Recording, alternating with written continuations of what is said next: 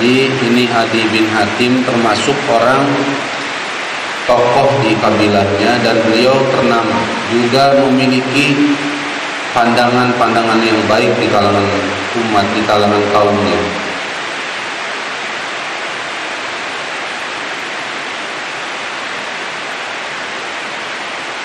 Tapi ketika Nabi SAW terusir dari Mekah, beliau tidak setuju sampai seperti itu. Saking kerasnya orang Mekah sampai-sampai Nabi itu terusir. Akhirnya yang semula beliau ini tidak begitu peduli, jadi ingin meng-cross check, ingin mengecek. Maka beliau berkata, saya jadi pengen tahu bagaimana seolah-olah seperti itu, bagaimana Muhammad itu. Saya orang yang punya pandangan, jika dia betul maka saya akan tahu, dan jika dia berbohong maka saya tidak akan tertipu, karena kadziban lam yadurruni. Maka ketika datang ke Madinah, orang-orang berkata, Adi bin Hatim ya datang oi. Kenapa? Karena beliau orang terkenal, memiliki pandangan di kaumnya. Maka ketika berjumpa, Nabi langsung mengtaskilnya, aslim taslim, masuk Islam kamu, kamu selamat, masuk Islam kamu, kamu selamat, 3 kali, masuk Islamlah kamu, Adi, maka kamu akan selamat. Maka Sayyidina Adi mengatakan, saya sudah punya agama, tidak usah bawa agama lain. Maka sama Nabi, saya sudah lebih tahu agama kamu daripada kamu sendiri. Kaget Sayyidina Adi. Kemudian beliau berkata, anta alamu bidini minni. Nah, itu kalau dalam dialek itu harus dibawa. Kamu lebih tahu agama saya daripada saya. Nah, gitu. Harusnya pakai dialek. Jadi antara pertanyaan dan bukan pertanyaan harus jelas. Kamu lebih tahu agama saya daripada saya? Wah, tidak mungkin. Maka kata Nabi SAW, "Na'am, ya. Kamu beragama Rukusiyah. Kamu daripada Rukusiyah. Rukusiyah ini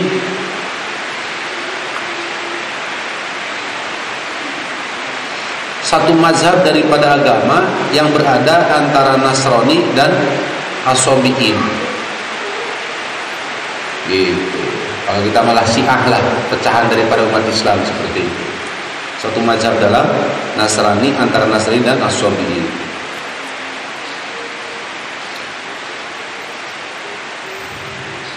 Kamu memungut 1/4, berarti 25% harta dari kaum, kata Nabi kan. Kamu ngambil harta, mewajibkan zakat. Zakat itu 20% kan? Qultu bala. Qala hadza la yahilu laka fi dinik. Ini enggak halal dalam agama kamu. Qala na'am. Ya, benar katanya. Jadi dalam kitabnya itu enggak ada mungut zakat 20% dalam kitab Injil. Ngerti?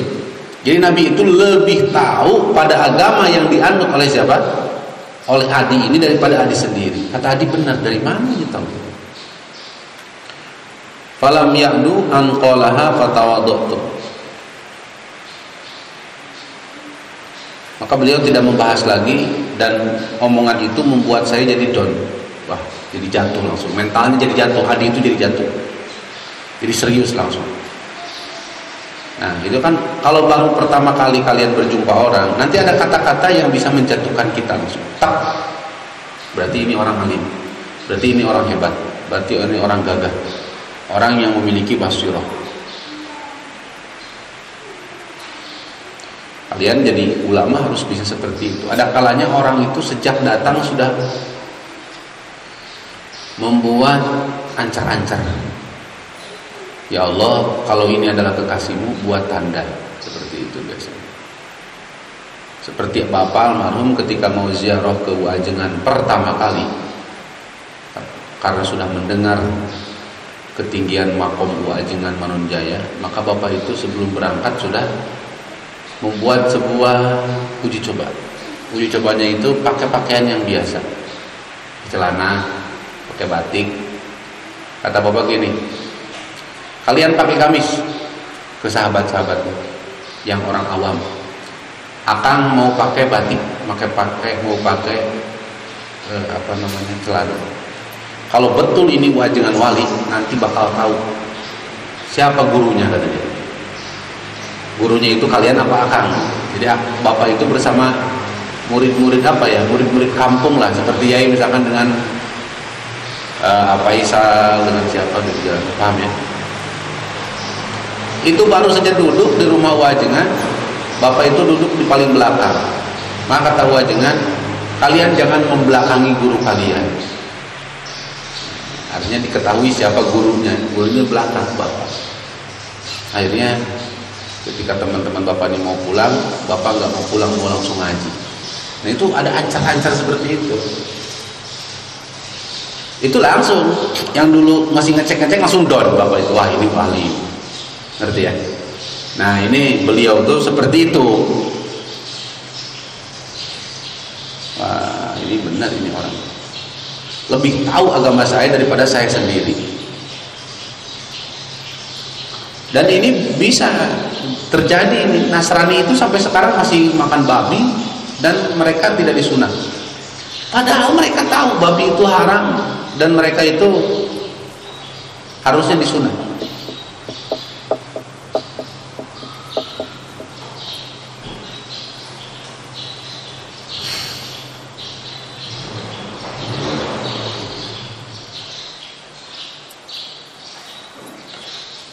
Dan dua perkara Nabi tebak lagi, bukan tebak ya, Nabi sebutkan lagi, ada perkara kedua yang kamu tidak suka atau enggan masuk Islam. Kenapa? Karena banyak pemeluknya itu orang-orang lemah. Kan? Iya betul.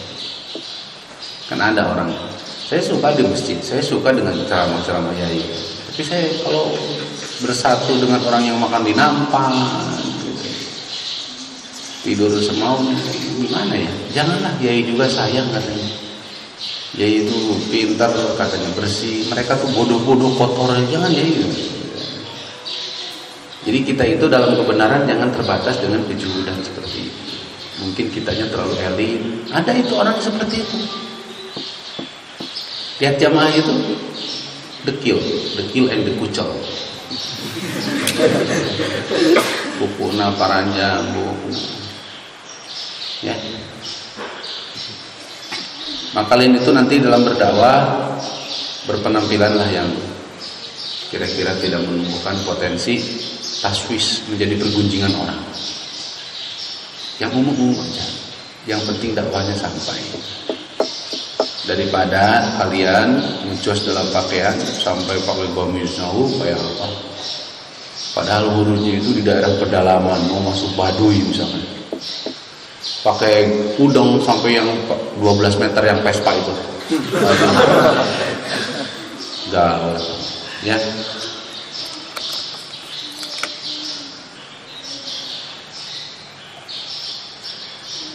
Kemudian setelah dua perkara itu, maka Nabi SAW menceritakan mukjizat yang akan datang. Itu kan yang tersimpan di hati, bahwa kecacatan agama yang dianut oleh dia itu agamanya tidak boleh zakat 20%, tapi dia terapkan 20%. Terus ternyata hatinya itu enggan masuk Islam karena para pemeluk Islam saat itu lemah. Maka Nabi jawab, kamu tahu Hirah? Iya tahu, pernah mendengar tapi belum bersandar. Nanti orang-orang itu akan, di zaman itu banyak perampok, jalan sebentar aja banyak yang rampok. Sungguh Allah akan sempurnakan perkara agama ini, sehingga orang yang berjalan dari Hirah sampai ke Mekah, perempuan sendiri aman, tidak ada yang mencuri, tidak ada yang merampok. Saking para perampok itu sudah masuk Islam dan tobat. Artinya agama ini adalah merupakan revisi daripada agama yang kamu anut yang sudah error itu. Agama kamu kan sudah error.